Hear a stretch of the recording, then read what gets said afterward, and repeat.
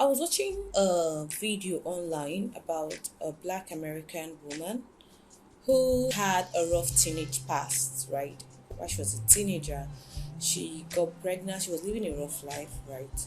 And then she got pregnant, and her family didn't find it funny.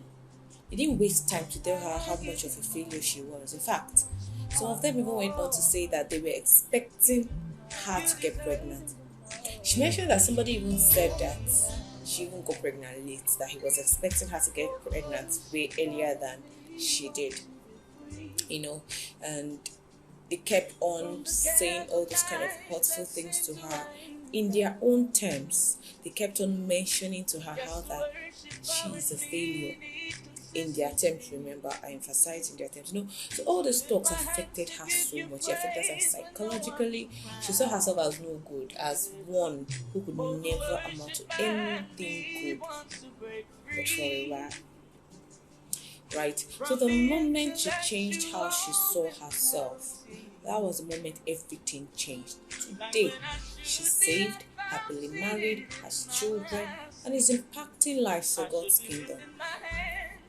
You know why I started with this story? I started with this story today because right now, that could be you. Maybe not the entire storyline, maybe it's not as bad as hers, maybe it's even worse than hers, right?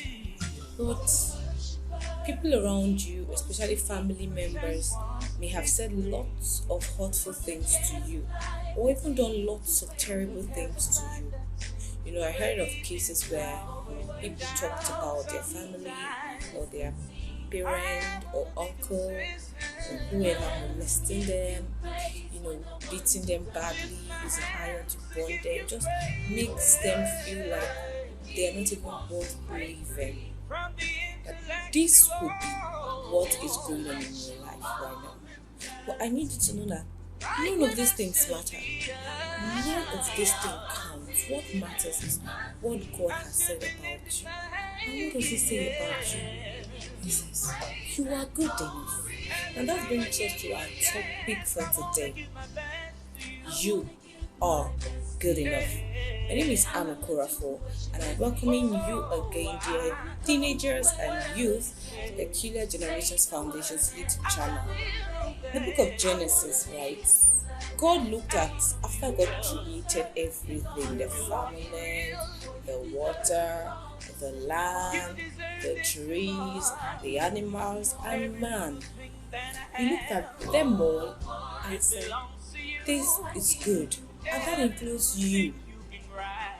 Right. That includes you. And that is just the basics of what God says about you. In the book of Peter, God went on to tell us that we are a chosen, you are a chosen generation, a royal priesthood. Right? I know that your life may not seem like it right now, may not look like it right now, and may be the exact opposite of it right now. But until you begin to shut your ears for what people say about you, and the hurtful things people have been saying about you, and maybe it's even you that is saying it to yourself, right? There's some persons that they just badmouth themselves by themselves.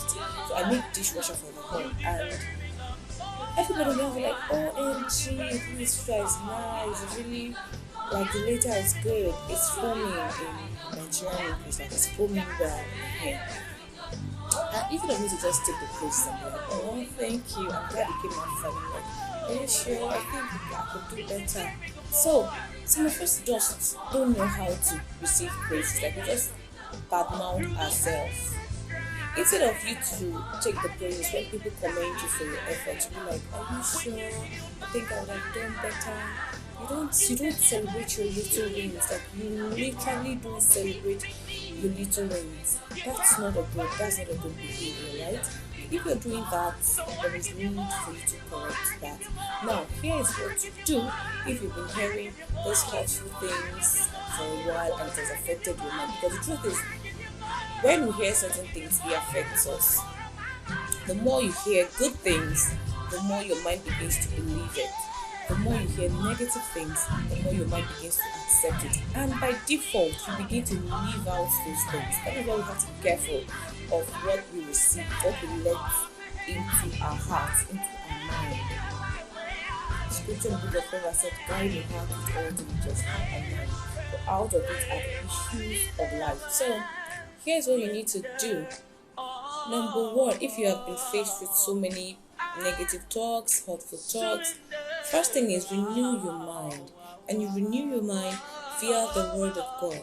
Like, how will you know what God says about you if you do not stay with His word, where He has written those things? Right? So in studying the word, in reading the word of God, you tend to see the story of Jabez, who prayed and things turned for the better for him. You tend to see the story of Gideon. I think we talked about Gideon sometime, right? He saw himself as a fearful person. But when the Lord came and told him who he was, that he was a mighty man of valor, and he began to see himself like that, he took actions, and we see what happened, right? He was able to deliver Israel, right? And then you tend to see what God says in the book of Peter. You are a chosen generation, you're a royal priesthood. You tend to see where God has written concerning you that you are the head and not the tail. You are not a failure. You will know these things except you stay with the word. And that is how your mind is renewed. You begin to see these things, you begin to say them, you begin to believe it. That brings us to the next thing. Confess those words to yourself until your heart and your mind begins to accept it. The truth is, you cannot receive anything. You cannot receive anything you cannot access anything until you first receive it in your mind, until you first see it and receive it in your mind. Right? So you confess those words until your heart truly believes it. Your words are powerful. The same way the words of those people, right, have been able to put you in a psychologically low state. The same way the words of others, the negative words of others, have been able to program your mind to thinking that there is no good thing that can come out of you. The same way their words have formed that stronghold or foothold in your mind.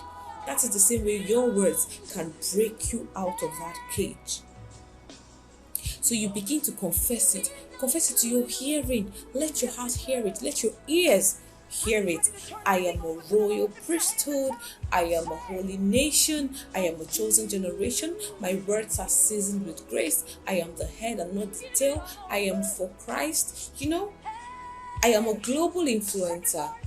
Do you understand? Men and women want to listen to what I have to say. My voice is anointed. You just keep saying these things. And then you believe it. Your heart believes it. And then you begin to live it out. Yeah.